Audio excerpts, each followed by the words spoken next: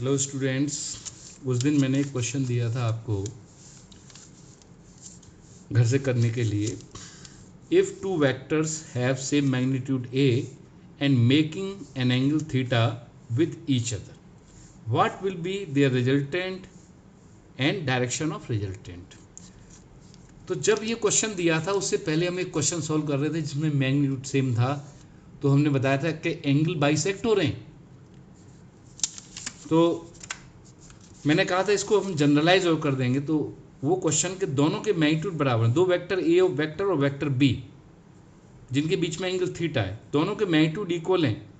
Magnitude of vector A is equal to A, magnitude of vector B is also is equal to ए।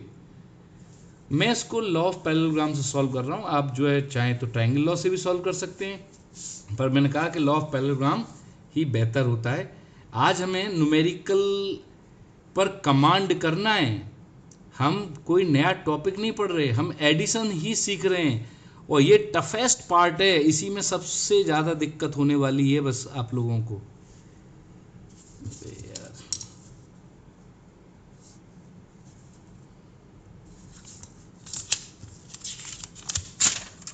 दोबारा से बना देता हूँ थोड़ा सा, उसमें स्केल ले लेता हूँ जिससे कि दो वेक्टर हैं, दोनों की मैग्नीट्यूड सेम यानी लेंथ दोनों की मैं सेम ड्रॉ कर रहा हूँ। ये वेक्टर बी है, ये वेक्टर ए है।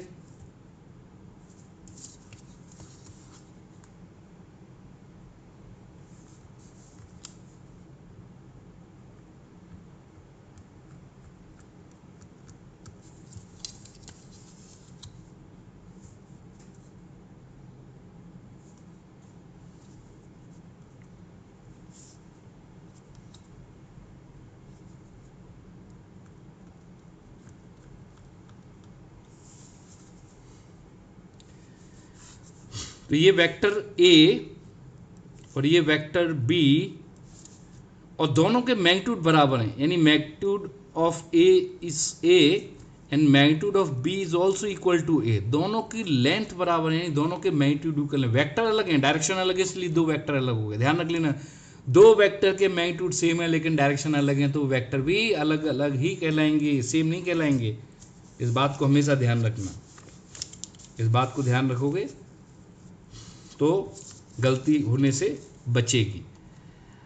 अब मैं लॉ ऑफ पैरेललोग्राम अप्लाई कर रहा हूँ। तो एक ही पॉइंट से मैंने दोनों वेक्टर ड्रॉ कर लिए, दोनों के बीच का एंगल थीटा ड्रॉ कर लिया। कल मेरे पास स्केल यहीं पे इसी के नीचे खो गया था मिल नहीं रहा था, मतलब आज मैंने इसको ढूंढ लिया। मैंने कहा आज मैं इसका यूज़ करके दिखाऊंगा। मैं आपको इसका यूज़ करके दिखाऊंगा। आपको बहुत मज़ा आने वाला है आज, क्योंकि आज सीखने का दिन है। ये डायगोनल है, तो हमने लॉ ऑफ पैरेललोग्राम में कहा था कि जो रिजल्टेंट है वो उस डायगोनल से दिया जाएगा जो कोई इनिशियल पॉइंट जहां से दोनों वेक्टरों को ड्रॉ किया गया था उसी पॉइंट से जाने वाला डायगोनल। दो है, दूसरा डायगोनल ये, पर ये डायगोनल का यूज नहीं है यहाँ पर, इसी डायगोनल का यूज है। This is equal to R. अगर मैं थ्योरेटिकली बताऊं, बिना फॉर्मूले के भी मैं बता दूंगा। अब देखो हु कह रहा है कि दोनों बिल्कुल, ये साइड ये पैरेललोग्राम है तो ये साइड इसके इक्वल है, यानी ये दोनों ट्राइंगल बिल्कुल आइडेंटिकल है, तो ये एंगल इज इक्वल टू ये एंगल। और ये दोनों अगर x है और ये x है तो ये थीटा, तो 2x is equal to theta, x is equal to theta by 2। बहुत आसानी से आ गया। तो मैं ये कह रहा था ये बाइसेक्ट करता है। और r कितना होगा, हालांकि मैं इसको फॉर्मूले से भी निकाल के दिखाऊंगा, लेकिन इस केस में मुझे फॉर्मूले की भी जरूरत नहीं थी क्योंकि ये दोनों बिल्कुल आइडेंटिकल थे, क्योंकि ये इसके इक्वल है, ये इसके इक्वल है। तो ये वाला ट्राइंगल और ये ट्राइंगल और दोनों की लेंथ भी बराबर है, तो ये जो ट्राइंगल बन रहे हैं दोनों आइसोसेलेस ट्राइंगल बन रहे हैं और बिल्कुल आइडेंटिकल ट्राइंगल बन रहे हैं। तो क्या होगा, ये एंगल और ये एंगल दोनों क्या होंगे, बराबर। साइड अगर अलग अलग होती, देखो अगर साइड अलग हो, ये इसकी लेंथ अलग होती, इसकी लेंथ अलग होती, तो इसकी लेंथ इसके बराबर होती, तो यहाँ पर ट्राइंगल क्या हो जाता है, रिवर्स हो जाता है। अगर ये x है तो ये y हो जाता। ऐसे ही इधर ये x ये y होता तो ये x होता और फिर ये y हो जाता, तो फिर अलग अलग हो जाते।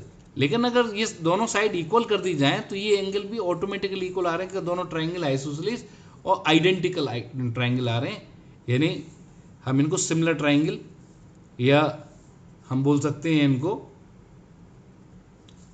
कॉन्ग्रुएंट ट्राइंगल्स इनको बोल सकते हैं। बिल्कुल सब कुछ इक्वल है इन दोनों ट्राइंगल्स में, ठीक है। तो हम ज्योमेट्रिकली वैसे ही बता सकते हैं और फॉर्मूले से, जो फॉर्मूला हमने पढ़ा था उससे भी मैं करके दिखा रहा हूँ अभी आपको। तो दो मेथड में इसमें बता देता हूँ। आर निकालने का तो एक ही मेथड है, डायरेक्शन निकालने के दो मेथड है।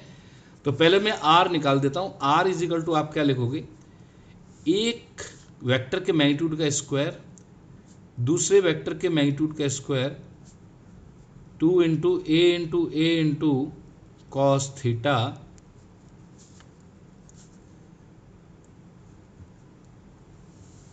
और ये हो जाएगा 2a² 1 प्लस कॉस थीटा। ए बाहर आ गया 2 1 प्लस कॉस थीटा। अब देखो बच्चों, चूंकि ट्रिग्नोमेट्री आपने की हुई है उसमें 10th में कर रखी है आपने, लेकिन कुछ चीज़ें नहीं की हैं। जैसे अब मैं बता देता हूँ, एक फॉर्मूला होता है, हालांकि हम बता चुके हैं पहले भी, cos 2 theta is equal to cos square theta minus sine square theta और 2 कॉस स्क्वायर थीटा माइनस 1 और 1 माइनस 2 साइन स्क्वायर थीटा, ठीक है। अगर मैं एंगल को आधा कर दूं इसी को लेकर के, अगर मैं कॉस थीटा लिखूं तो अब ये एंगल आधे हो जाएंगे, ये 2 थीटा तो ये थीटा, तो यहाँ थीटा है तो क्या होगा cos square theta by 2 minus sine square theta by 2। और दूसरी चीज is equal to 2 cos square theta by 2 minus 1 और तीसरी चीज 1 minus 2 sine square theta by 2। अगर मैं इसमें से ये वाला और ये वाली चीज ले लेता हूं, क्योंकि यहां मुझे कॉस थीटा की वैल्यू ऐसी रखनी है कि 1 प्लस कॉस थीटा सीधा निकल आए, तो cos theta is equal to from cos theta is equal to 2 cos square theta by 2 minus 1। यहां से क्या बात निकल के आएगी 1 plus cos theta is equal to 2 cos square theta by 2। तो 1 प्लस कॉस थीटा की ये वाली वैल्यू उठा करके मुझे सिर्फ यहां पर रखनी है। तो मैं दूसरा पेज बदलने से बेहतर है बच्चों, मैं यहीं पे लिख देता हूं, इसको यहीं सॉल्व कर देता हूं। पेज बचाएं, जंगल बचाएं। तो 1 प्लस कॉस थीटा और पैसे भी बचाएं। तो R is equal to A under root 2 1 plus cos theta की जगह 2 कॉस स्क्वायर थीटा बाई 2। अगर आपको एक बार में समझ में नहीं आया, आप दोबारा से रिवाइंड करके इसको देख लें। तो ये 4 कॉस स्क्वायर थीटा बाई 2, तो सॉल्व करके जो आ रहा है 2a कॉस थीटा बाई 2, यानी मैग्नीट्यूड का डायरेक्ट फॉर्मूला आ गया 2a कॉस थीटा बाई 2। अब डायरेक्शन के लिए, चूंकि मैं डायरेक्शन के लिए इसको यूज कर लेता हूं,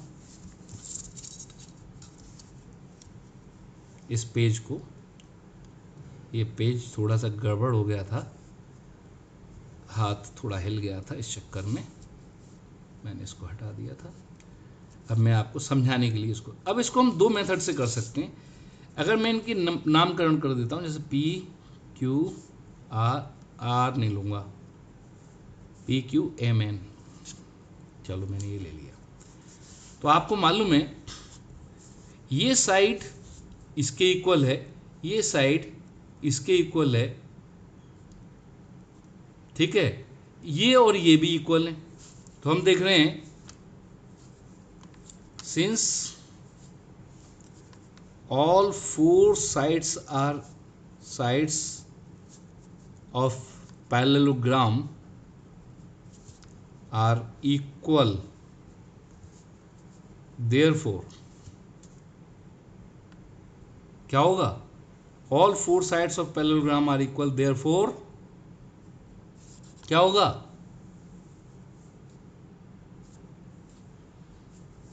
triangle PNM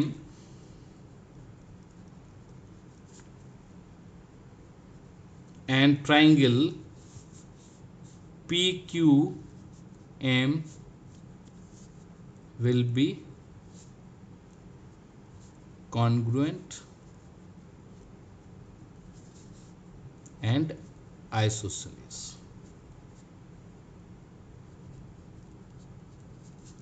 Triangles. Therefore, these two angles,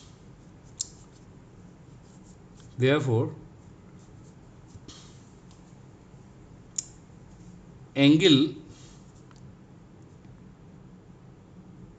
MPN is equal to angle MPA, MPQ, और ये दोनों एंगल अगर इक्वल हैं,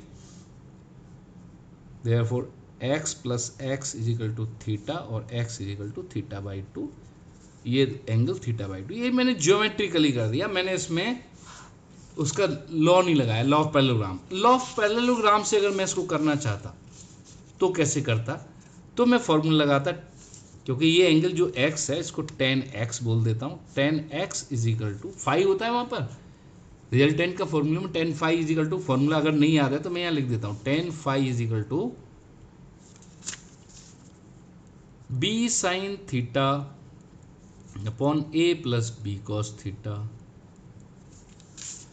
तो tan x is equal to, अब b और a दोनों का मैग्नीट्यूड a ही है, तो a sin theta upon a plus a cos theta. a तो कट गया, तो sine theta upon 1 plus cos theta. अब मुझे कुछ ऐसा करना है जिससे कि ये सिर्फ थीटा में रह जाए अकेला। तो सबसे पहले अभी मैंने बताया था 1 प्लस कॉस थीटा क्या होता है, 2 कॉस स्क्वायर थीटा बाई 2। और जहाँ पे मैंने ये लिखा है वहाँ पे मैं एक और चीज़ लिख देता हूँ। अगर कोई कहे साइन 2 थीटा तो ये होता है 2 साइन थीटा कॉस थीटा। और अगर कोई ये कहे साइन थीटा तो क्या हो जाएगा, 2 साइन, एंगल आधे कर दो, कॉस थीटा बाई 2। तो ये वाली चीज़ भी मैं यूज़ कर सकता हूँ, थोड़ी सी मैथमेटिकल बात है। तो साइन थीटा को 2 sign theta by 2 cos theta by 2 upon 2 cos square theta by 2।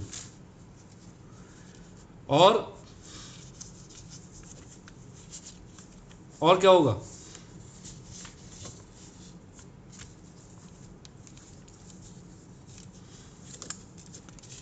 Cos theta by 2 से 1 कैंसिल, 2 से 2 कैंसिल, तो sine theta by 2 upon cos theta by 2 is equal to क्या बचा है यहाँ पर, यहाँ पर बचा टेन थीटा बाई 2। तो tan x is equal to tan theta by 2, यानी x is equal to theta by 2, जो कि मैंने डायरेक्ट निकाल दिया था। तो कुल मिलाकर के इस चीज़ को समझना है, चाहे फॉर्मूले से करो चाहे किसी से। अगर मैग्नीट्यूड इक्वल हैं तो एंगल बाइसेक्ट होंगे, और resultant 2 cos theta by 2 A cos theta by 2 से दिया जाएगा। अब मैं इस फॉर्मूले को डायरेक्ट भी अप्लाई कर सकता हूँ। एक क्वेश्चन ले लेता हूँ, इसके लिए सबसे बेहतर तरीका होता है एक क्वेश्चन लीजिए, सॉल्व कीजिए भाई, उससे ज़्यादा बेहतर और क्या हो सकता है। तो हम एक क्वेश्चन ले लेते हैं। इसमें क्वेश्चन क्या है, force F1 is equal to 15 Newton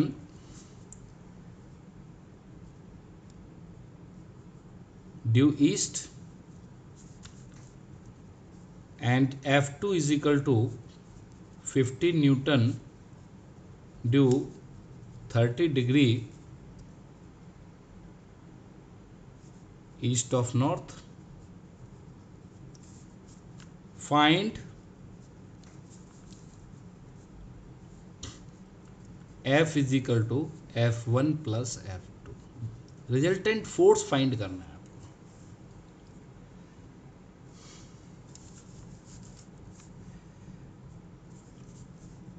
east west north south हमें दिख रहा है, तो हम सीधे सीधे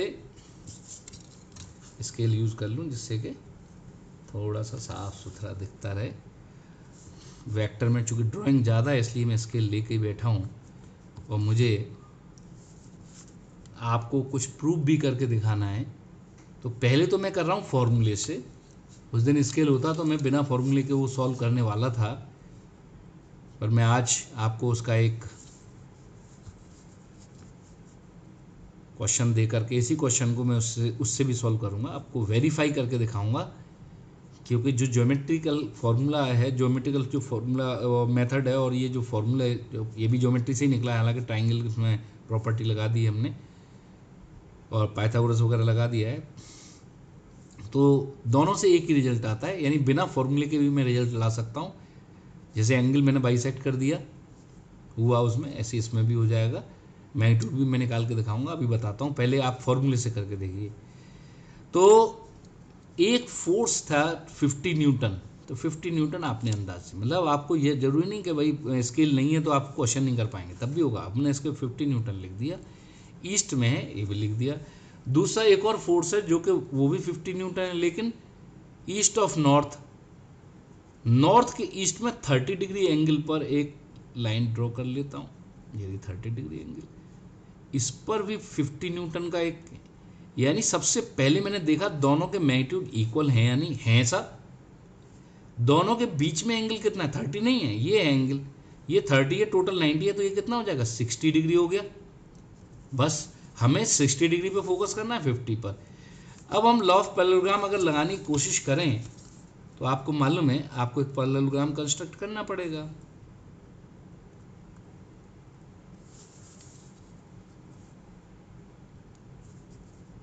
कर लीजिए और ये इसका रिजल्टेंट आ जाएगा। तो मुझे डायग्राम तो बस मैंने आपको समझाने के लिए बताया, बस आपको ये मालूम पड़ जाए एंगल क्या है, उसके बाद तो आंसर लिखनी है तुरंत, ये सब करने की जरूरत ही नहीं पड़ती है। अभी हमने क्या बताया, दोनों के मैग्नीट्यूड सेम है, तो जो आर होगा, जो आर वो क्या होगा 2 इंटू किसी एक का मैग्नीट्यूड कितना है 50 इंटू कॉस थीटा कितना है थीटा 60 थीटा बाई 2। अभी फॉर्मूला हमने ड्राइव किया था वो क्या था 2a कॉस थीटा बाई 2। तो 2 इंटू 50 कॉस 30, कॉस 30 की वैल्यू कितनी होती है √3/2, 2 से 2 कैंसिल हो गया, तो आंसर क्या आ गया 50√3।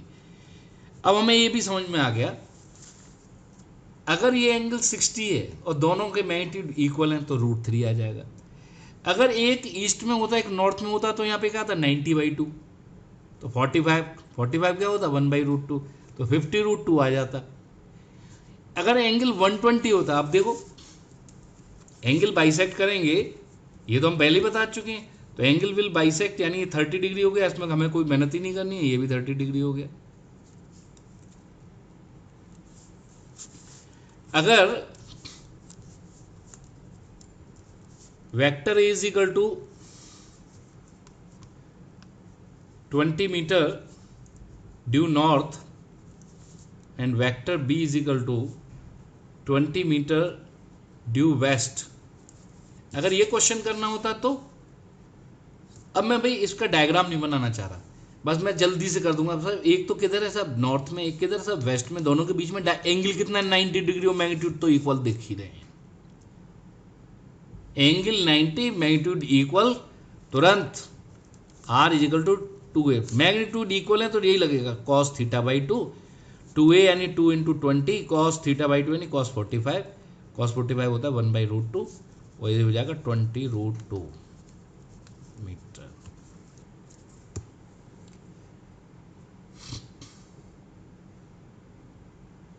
तो आपको ये पता होना चाहिए बस, a√3, भाई यहाँ पर a 50 था तो a और एंगल 60 था, तो यानी एंगल 60 के लिए वो मैग्नीट्यूड सेम है, मैग्नीट्यूड सेम है, ध्यान नहीं, एंगल 60 का मतलब √3, एंगल 60 और मैग्नीट्यूड सेम, तो √3 से मल्टीप्लाई हो जाएगा।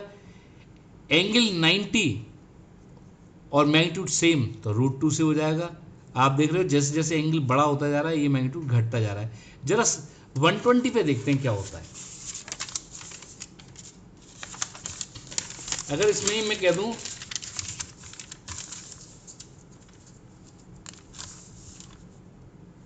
कि अगर थीटा की वैल्यू 120 डिग्री है तो आपका रिजल्टेंट कितना आएगा, तो आप कहोगे 2a cos 120। cos 120 कितना होता है 1/2, तो 2a cos 120 की जगह 1/2 लिख देता हूं मैं।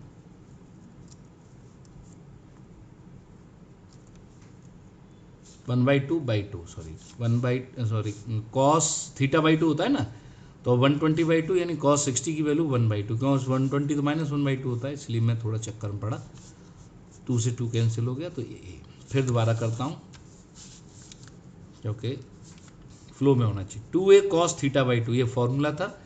2 इंटू ए कितना है, ये तो ए ही है, cos 120/2, 2 से 60 बार, 2a cos 60, 2a इंटू 1/2। उधर थोड़ा जल्दी कर दिया था तो मुझे लगा आप लोगों को समझ में नहीं आएगा, इसलिए मैंने दोबारा से किया उसको। ठीक है, थोड़ा जल्दबाजी में गड़बड़ हो जाती है, मतलब समझ में नहीं आता है। टीचर का तो काम है बार बार करना, इसलिए जल्दी कर लेता है, बच्चों को थोड़ा सा देर से समझ में आता है। तो आपको ये बात समझ में आ गई, यानी if magnitude of two vectors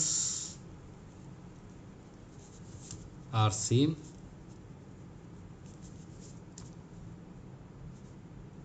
then for angle 0, पहला एंगल 0, रिजल्टेंट क्या हो जाएगा 2a, 0 रख देंगे तो दोनों जुड़ जाएंगे। Second, theta is equal to 60 degree के लिए r a√3 हो जाएगा। Theta is equal to 90 degree के लिए r is equal to a√2।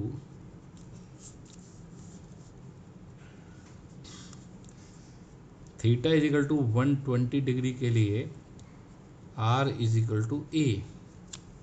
जैसा हम निकाल चुके हैं उन्हीं को एक पैटर्न पे मैंने लिख दिया है, आप ये नोट जरूर कर लें, आपको ये बहुत काम आने वाले। पीएमटी वाले बच्चों के लिए बहुत ज़रूरी होते हैं, उनमें ज़्यादातर क्वेश्चन ऐसे ही होते हैं जिनमें ज़्यादा पेन नहीं चलाना पड़ता और इसी टाइप के क्वेश्चन आते हैं, तो आप इसको नोट जरूर कर लें। तो एडिशन का हमने एक क्वेश्चन दिया, अब मैं आपको ये कह रहा था कि मैं ज्योमेट्रिकली भी इसको सॉल्व कर सकता हूं। कोई भी क्वेश्चन देखिए देखिए देखिए देखिए, मुझे डी की और जरूरत पड़ेगी, चलो टूटा फूटा है लेकिन है, काम कर जाएगा। मैंने कहा था मैं एक क्वेश्चन जो पहले किया है उसको मैं इस मेथड से करना चाह रहा हूं। क्वेश्चन मैंने इस पर लिखा हुआ था, देखता हूं मैंने कहां पे लिखा है, पेज इस पे लिखा है, इस पे लिखा है, अच्छा एक पेज और है। तो मैंने क्वेश्चन जो सॉल्व किया था एक एग्जाम्पल लेके, इसी पे लिखा था F1 is equal to 50 Newton, ये लिखा हुआ है। F1 is equal to 50 newton, F2 is equal to 50 newton. कोई भी क्वेश्चन ले सकते हैं, डिफरेंट भी हो सकता है, सबका आंसर वही आएगा। ज्योमेट्रिकली मैं किसी भी क्वेश्चन को सॉल्व करता हूँ, कितना भी टिपिकल एंगल भी सॉल्व कर सकता हूँ। अब जैसे यहाँ पर 60 की जगह अगर मान लो एंगल होता 23 डिग्री, तो आप सॉल्व नहीं कर पाते। क्यों नहीं कर पाते? क्यों आपको साइन कॉस 23 डिग्री की वैल्यू ही नहीं पता है। जहां पर ये मैथमेटिकल वो जब तक हमको उसके लिए टेबल चाहिए, हमें ऐसा नहीं कॉस 23 की वैल्यू नहीं पता है तो हम नहीं कर सकते। हाँ, एक कॉस और साइन की टेबल आती है, उससे हम कर सकते हैं, लेकिन वो तो अब तो अलाउड नहीं है। लेकिन अगर स्केल और डी अगर हमें अलाउड है तो हम जो बिना उसकी हेल्प के भी क्वेश्चन सॉल्व कर सकते हैं। तो वही मैं ज्योमेट्रिकल बता रहा हूँ कि ये 250 के फोर्स थे। अब मैंने एज्यूम कर लिया ये ज्योमेट्रिकल मेथड जो कि छोटी क्लासेस में बताना चाहिए था, एज्यूम कर लिया 50 न्यूटन है। Suppose 10 newton is equal to 1 centimetre, तो 50 newton is equal to 5 centimetre.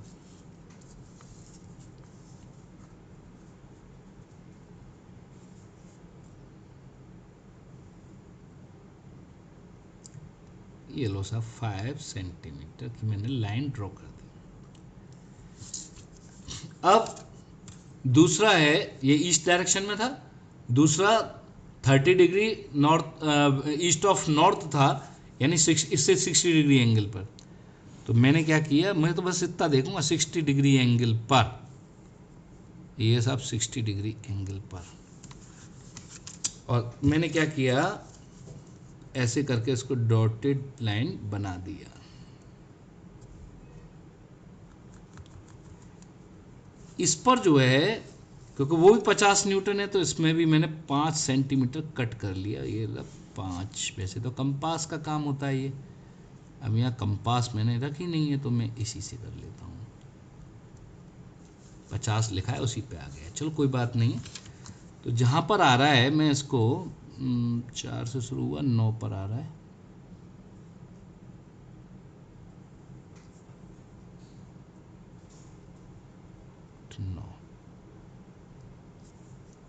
मैं इसको यहाँ तक ड्रॉ कर देता हूँ।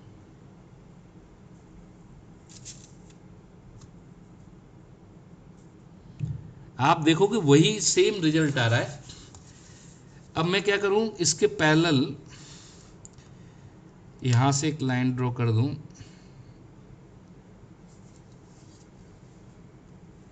कायदे से वो कंपास से ही हो पाता है सही चीज़ तो, लेकिन अब कंपास नहीं है तो मैं एक पॉइंट लगा के इधर देख लेता हूँ 5 पर, और इधर से भी लगा के देखता हूँ कि ये 5 पे ही आ रहा है कि नहीं।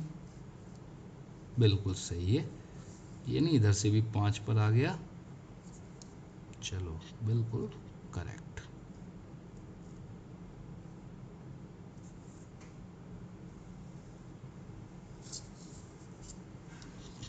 थोड़ा सा लगा गड़बड़ हुआ, चाहिए यहाँ आया। चलो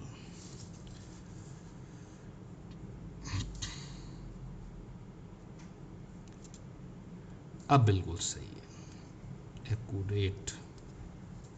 हिल मत भाई, बस थोड़ा सा कॉर्नर आ गया तो ड्रॉ करने में थोड़ी दिक्कत हो रही है। चलो कोई बात नहीं, मैंने कर दिया इसको ड्रॉ, पैरेललोग्राम मैंने कंस्ट्रक्ट कर दिया।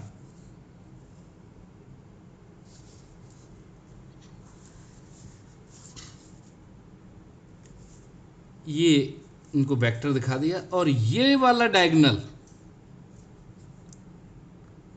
देखो भाई, ये जब डायगोनल लिया तो इसकी लेंथ में निकालता हूं, तो यहां पर अगर मैं मेजर करता हूं, ये हमारा रिजल्टेंट है, बिल्कुल एक्यूरेट लेंथ। यहां तक आओ तो ये आ रही है 7, 8,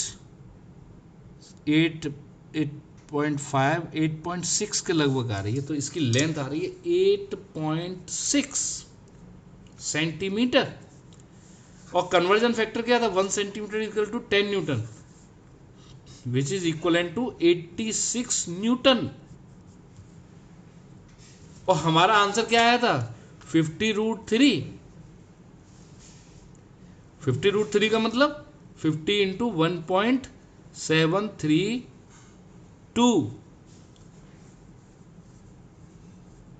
86.6। आप देख रहे हो हम कितना क्लोज पहुंच गए, जबकि हमने अंदाज से, हमारे पास तो कंपास भी नहीं, तो ये थोड़े, यानी चूंकि हमें मालूम है 0.6 तो आ ही नहीं सकता, तो हमारा कितना आ रहा था 8.6 नहीं आ सकता, क्योंकि मिलीमीटर के बीच में कोई गैप नहीं है जिसमें और छोटा उससे नापा जा सके। तो हमारे स्केल की लिस्ट काउंट के हिसाब से हमारा ये आंसर बिल्कुल सही, यानी इसके काफ़ी क्लोज है। तो हम ये देख रहे हैं कि हमारा जो आंसर है वो बिल्कुल वही आ रहा है जो कि हमारा फॉर्मूले से आया था, और जो हमने ज्योमेट्री से निकाला। ये चीज़ हम लोगों को 9th में सिखा दी गई थी, ज्योमेट्री से निकालना, और ये चीज़ 11th में सिखाई थी, फॉर्मूले से निकालना। तो हम लोगों को इसलिए वेक्टर में दिक्कत नहीं हुई। जो बच्चे डायरेक्ट ये सीखते हैं इसको बिना सीखे, तो उनको थोड़ा सा अजीब सा लगता है, एकदम से वेक्टर आ गया। लेकिन हम देख रहे हैं जो चीज़ हम इससे निकाल रहे थे, इसमें हमें ये नाप तोल ज़्यादा करनी पड़ रही थी, वही चीज़ फॉर्मूले से आने लगी, तो हमारे दिमाग में सेट हो गया कि हम क्यों हम स्केल का यूज़ करें, हम तो इसी से निकालते रहेंगे, फॉर्मूले से बनाना भी नहीं पड़ेगा, ड्रॉ भी नहीं करना पड़ेगा।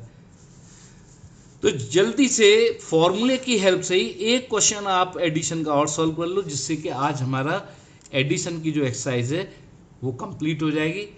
तो कोई भी एक क्वेश्चन ले लेता हूं। फॉर एग्जांपल, एक car travels 500 kilometre due north east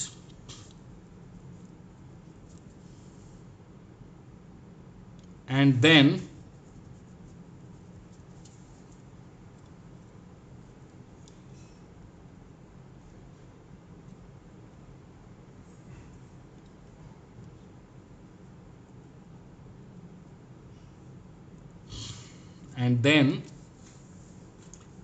इसको मैं 500 की जगह कर देता हूं 400 kilometre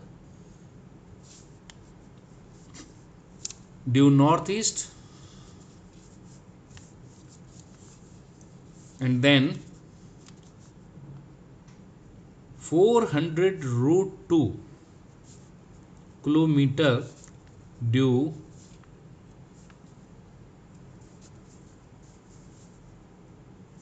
west.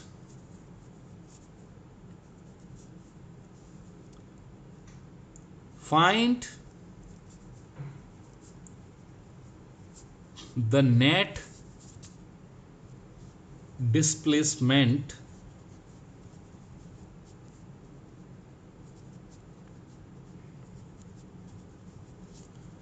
of the car from starting point।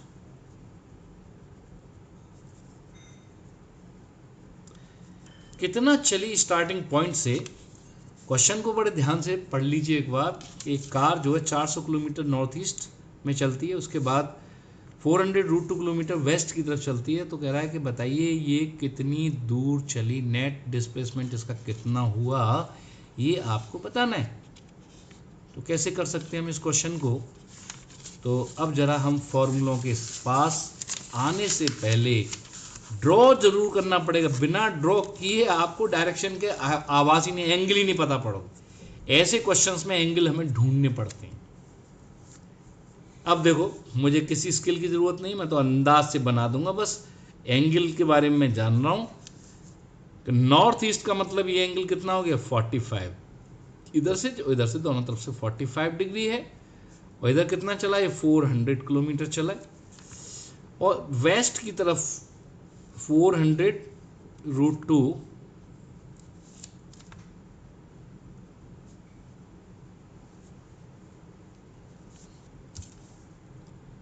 Kilometre चला है।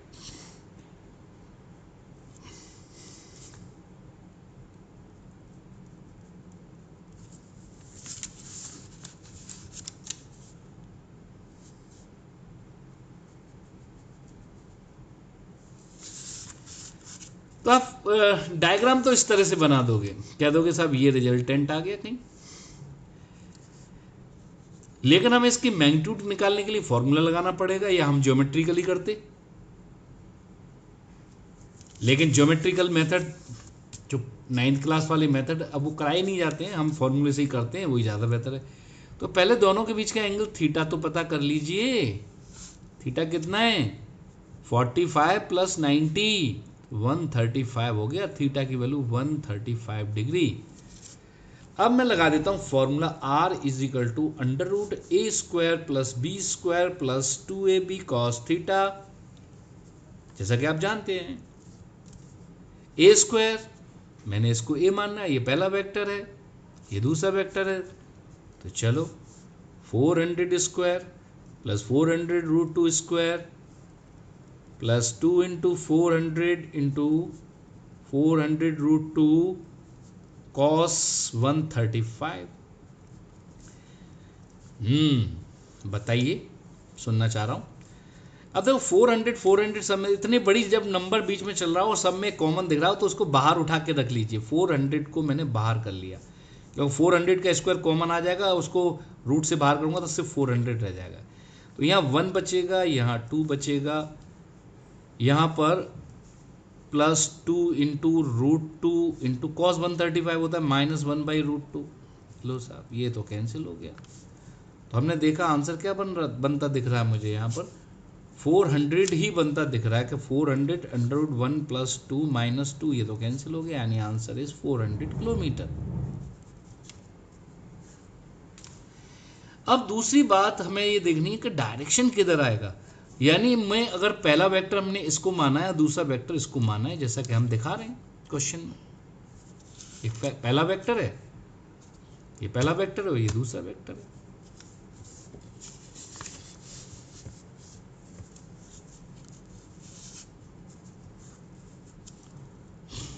तो पहला वेक्टर, ये दूसरा वेक्टर। तो अब हमें करना क्या है, अब एंगल निकालना है कौन सा, ये फाई एंगल निकालना है ये।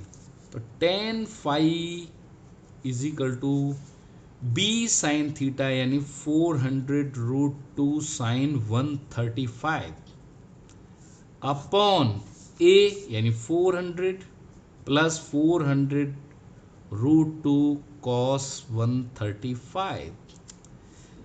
400 फिर नीचे से कॉमन होकर ऊपर वाले से कैंसिल हो जाएगा, तो ऊपर √2 इंटू कॉस 135 कितना होता है 1/√2।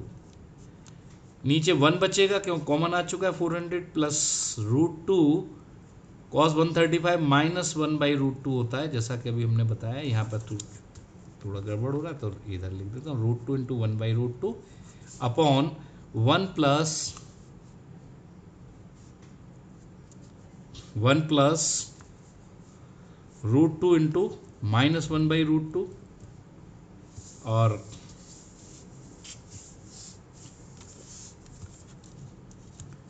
√2 से √2 1 बचेगा, ये √2 से √2 -1 बचेगा, तो 1/1 - 1 विच इज इनफाइनाइट, यानी फाई की वैल्यू 90 डिग्री।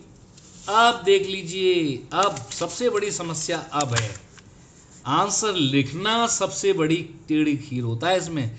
फाई भी निकल आता है, आर भी निकल आता है, लेकिन जब उसमें ईस्ट वेस्ट नॉर्थ साउथ हो तो आंसर लिखने में दिमाग चकरा जाता है।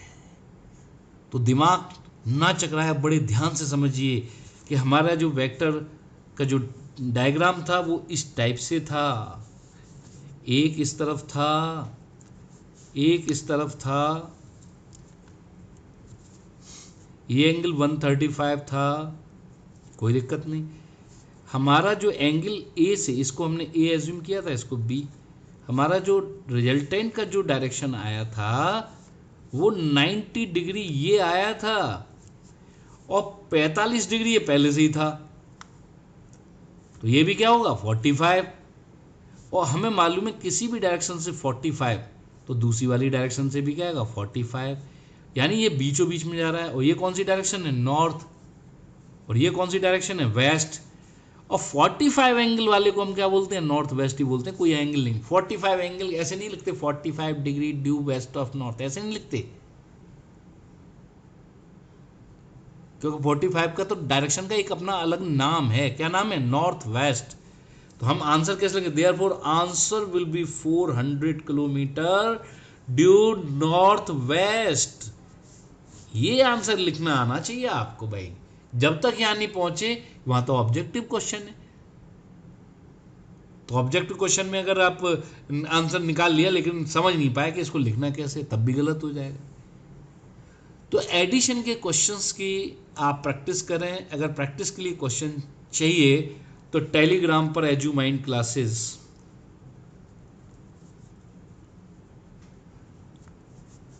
फॉलो करें, और मेरा नंबर जैसे 8979184291 से, इस पर व्हाट्सअप भी है, उसी से एजुमाइंड क्लासेस है, तो आपको ये मिलेगा।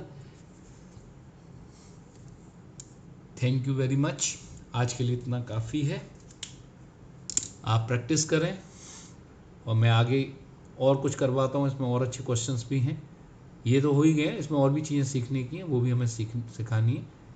तो नेक्स्ट हम उसी के ऊपर चलेंगे।